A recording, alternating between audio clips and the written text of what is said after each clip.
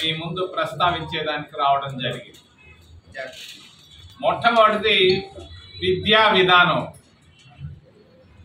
రెండవది ఉక్కు ఫ్యాక్టరీ, మూడవది అమరావతి, నాలుగవది ఇందిరాగాంధీ.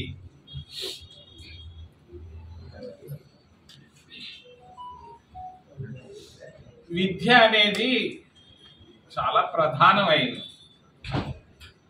విద్యతోనే ఎన్నో సాధించవచ్చు.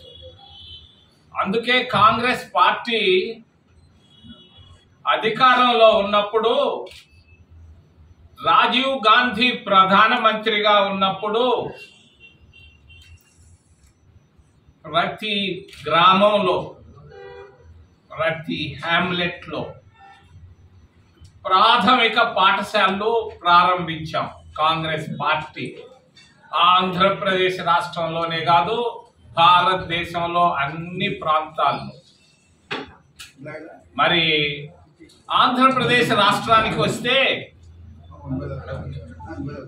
35,000 ప్రాథమిక పాఠశాలను రాజీవ్ గాంధీ ప్రధానమంత్రిగా ఉన్నప్పుడు ప్రారంభించడం జరిగింది. విద్యకు చాలా ప్రాధాన్యత ఇచ్చాం కాంగ్రెస్ పార్టీ. ఈరోజు విద్యా విధానాన్ని, ప్రాథమిక పాఠశాలల సంఖ్యను కూటమి ప్రభుత్వం తగ్గిస్తూ పోతా ఉంది. వాళ్ళ ఆలోచన 35,000 ఉన్నటువంటి ప్రాథమిక పాఠశాలను 10,000కు 10,000 ప్రాథమిక పాఠశాలను తగ్గించాలన్న ఆలోచనతో మోడల్ స్కూల్స్ అనే ఒక కాన్సెప్ట్ను చంద్రబాబు నాయుడు గారు తీసుకొని వస్తున్నారు. దీన్ని నేను ఖండిస్తున్నాను.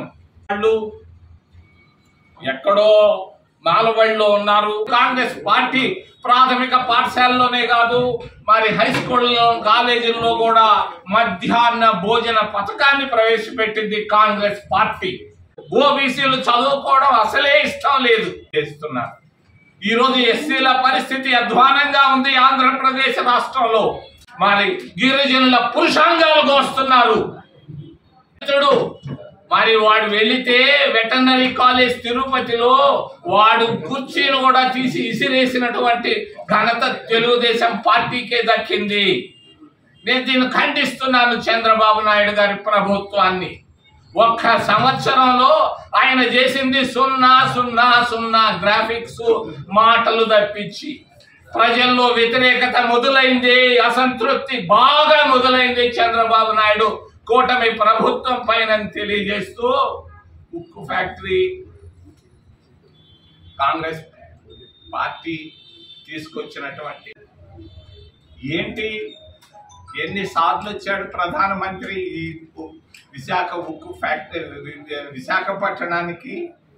చంద్రబాబు నాయుడు ప్రభుత్వం సపోర్ట్ చేస్తుంది. మరి ఒక్క మాట చెప్పలేదే ఉక్కు ఫ్యాక్టరీల గురించి. అంత ఉక్కు మనస్తత్వమా కేంద్ర ప్రభుత్వానిది?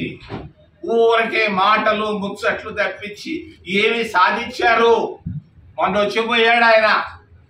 మరి విశాఖపట్నం